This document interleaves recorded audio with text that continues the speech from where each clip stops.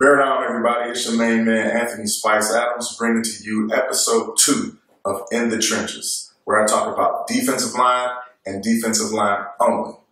Let's go.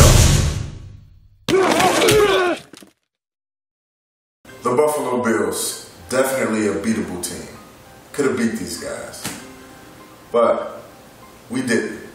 But here are some positives. E.J. Manuel threw for 173 yards and 1 touchdown.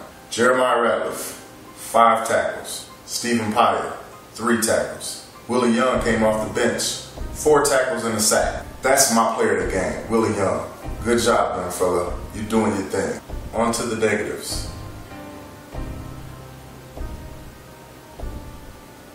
What was that? What was that?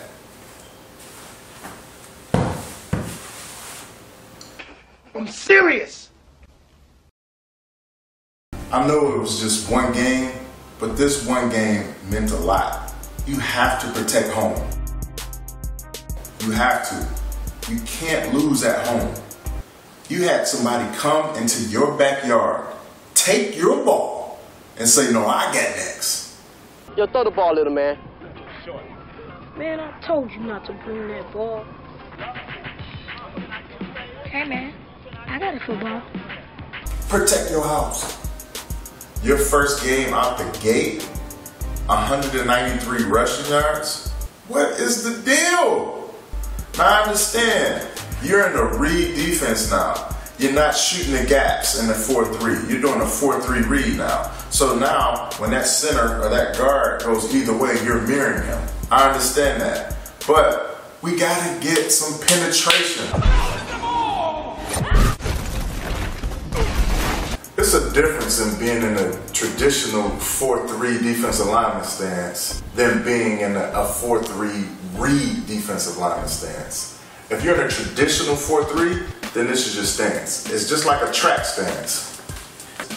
And then your first step is upfield and you're shooting your hands.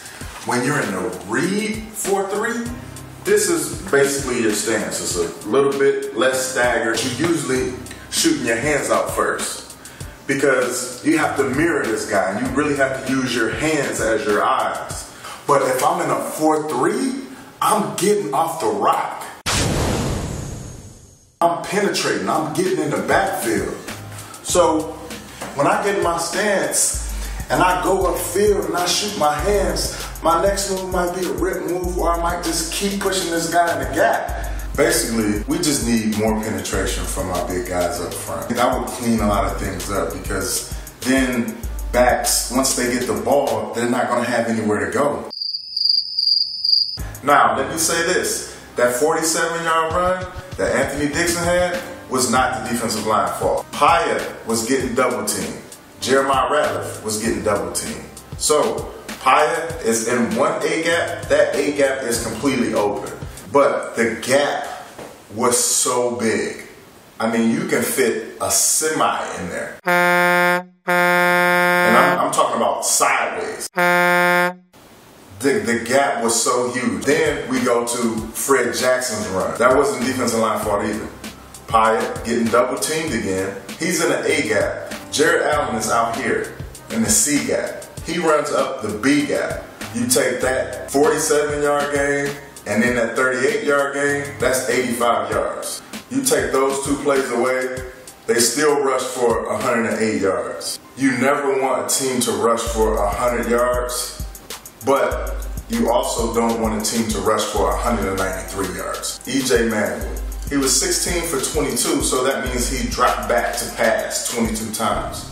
But he also rushed 6 for 19 yards. So that really means he dropped back to pass 28 times. So out of 28 times, we get 1 sack. And that 1 sack is coming from our backup player, which I told you in the last episode that he's really good and he has a motor. Maybe we need more play out of Willie Young. But you have to stop the run to earn the right to rush the passer. Next week, we got the 49ers in San Francisco, in their new stadium. You think they're not watching that tape? They are going to have every variation off of everything that we have problems with. that read option, they're going to have a pass off of that. And they have their own read option anyway. Frank Gore, Carlos Hyde, we got to stop those guys. 193 yards rushing against the Bills. These guys are going to run whams. They're going to run traps. They're going to have unbalanced line.